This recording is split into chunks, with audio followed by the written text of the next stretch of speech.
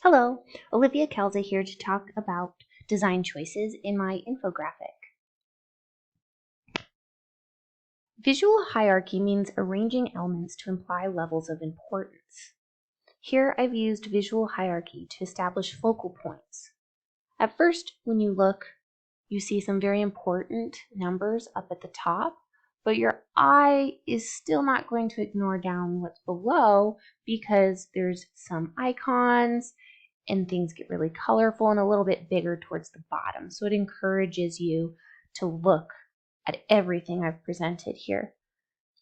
Something that I wanted to be dominant was the visualized number. Here it's a 10 with the 0 being a life ring.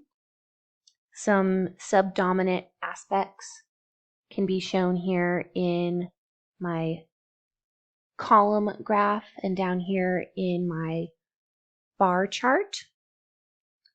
And for subordinate information, I made some statistics like percentages here and here, a little bit smaller, but they are in the center. So I was trying to keep everything pretty much equal. If you scroll up or if you scroll down, you're still going to get pertinent information because it's not supposed to be arranged that anything is to be ignored or read exclusively.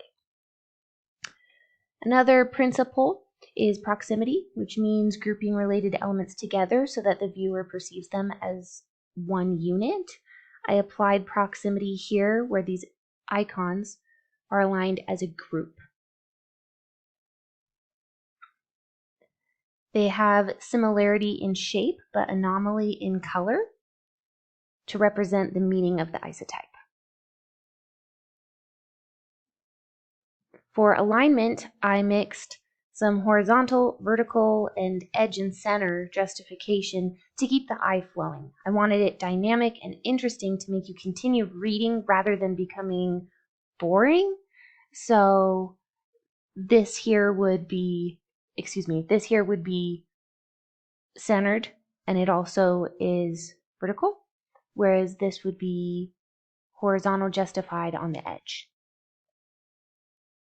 For closure, you can see here an incomplete cross meant to represent first aid.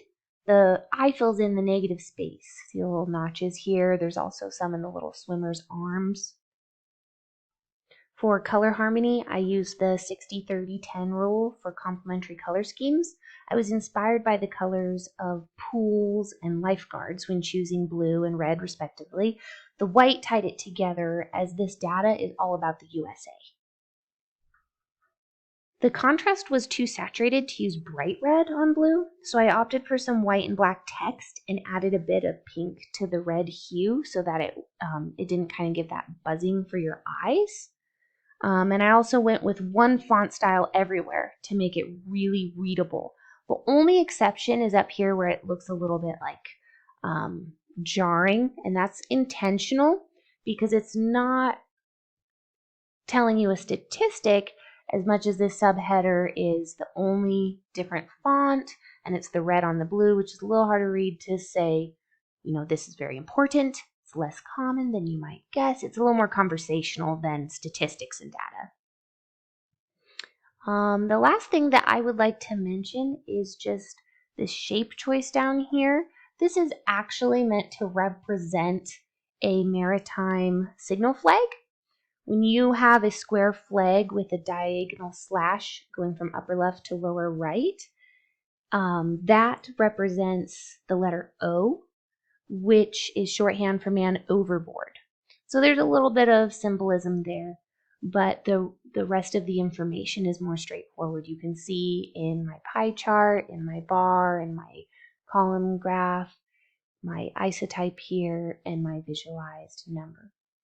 So thank you for listening, and let me know if you have any questions about my design choices.